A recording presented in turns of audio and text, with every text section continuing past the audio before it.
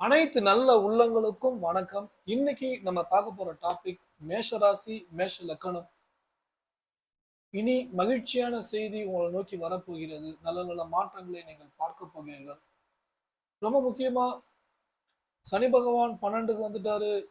விரய சனி அடுத்த 7 வருஷம் எப்படி நான் கடக்க போறேன் அப்படின்ற பயம், அச்ச உணர்வு தவிர்த்து கொள்ளுங்கள்.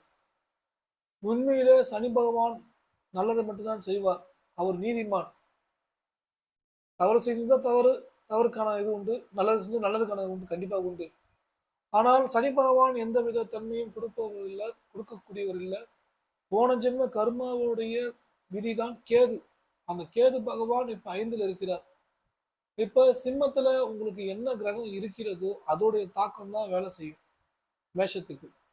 5ஆம் இடத்துல உங்களுக்கு சுக்கிரன் இருக்கிறது என்றால் திருமணம் சார்ந்த விஷயங்கள், பெண்கள் சார்ந்த விஷயங்கள், பணம் சார்ந்த விஷயங்கள், திருமண வாழ்க்கை சார்ந்த விஷயங்கள்ல கொஞ்சம் கருத்து வேறுபாடு ஏற்படும். சுக்கிரன் இருக்கிறாருன்னா. இதே அந்த இடத்துல செவ்வாய் இருக்கிறாருன்னா உடல் ஆரோக்கியத்தை பார்த்துக் கொள்ள வேண்டும். வண்டி வாகனத்துல கவனமாக போக வேண்டும். அப்ப கேது தான் நாடி அடிப்படையில கிரகங்கள் ஒரு கிரகங்கள் என்ன மேல இன்னொரு கிரகம் பயணிக்கும் போது அதோடைய தாக்கம் தான் அதிகமா வேலை செய்யும். அடுத்தது தசாபுத்தி 6, 8, 12க்குரிய திசை நடக்குதுன்னா அங்கோடைய வீரியம் தான் அதிகமா வேலை செஞ்சுட்டு இருக்கும். இப்ப 6க்குரிய திசைன்னு பார்த்து கடன் சார்ந்த பிரச்சனைகள், உடல் ஆரோக்கியம் சார்ந்த பிரச்சனைகள், 12க்குரிய திசைன்னு பார்த்து விரயங்களை கொடுத்துட்டே இருக்கு, கால் பாதங்கள் வழியை கொடுத்துட்டு இருக்கு, வெளிநாடு முயற்சி எடுத்துட்டு இருக்கீங்க, சிலர் வெளிநாட்டுக்கு போயிடுவாங்க, நல்லா இருப்பாங்க. 8க்குரிய திசை நடக்கும் போதும் வெளிநாட்டுக்கு போறதுக்கான வாய்ப்பு ஏற்படும், தலைமறைவா வாழக்கூடிய வாய்ப்பு ஏற்படும், இந்த கோர்ட்டு கேஸ் வம்பு வழக்கு சார்ந்த விஷயங்கள் ஏற்படும். இதெல்லாம் ஜோதிடத்தோடைய விதிகள். தசா புத்தி, கிரகங்கள் கேது ஒரு கிரகத்து மேல பயணிக்கும் போது அதோடைய தாக்கம் தன்மைகள் வேலை செஞ்சுட்டு இருக்கும். அப்போ எதிர்மறையான பலன்கள் கொடுப்பது என்பது நம்மளுடைய சுய ஜாதகத்தில் இருக்கக்கூடிய கிரகங்கள் சம்பந்தமான விஷயங்கள் அதிகமாக கவனமாக இருக்க வேண்டும். அது அந்த அந்த பயணிக்கும் போது அது சார்ந்த விஷயங்கள கவனமா இருக்கணும்.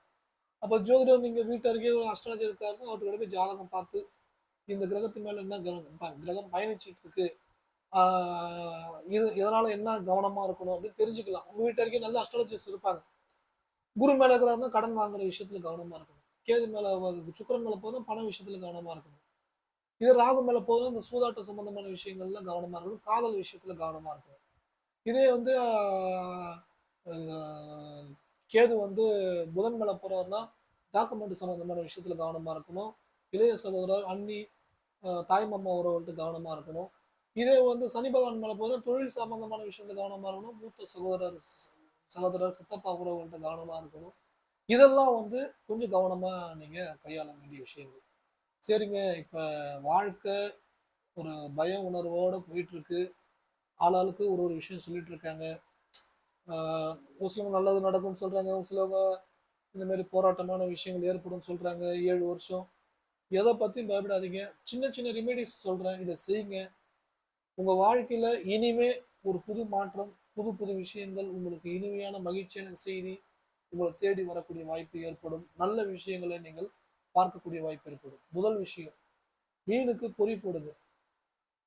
மேஷத்துக்கு 12ஆம் இடம் மீனம் வரும். நிம்மதியான தூக்கம் கிடைக்கும். நிம்மதியான தூக்கம் கிடைக்கும்.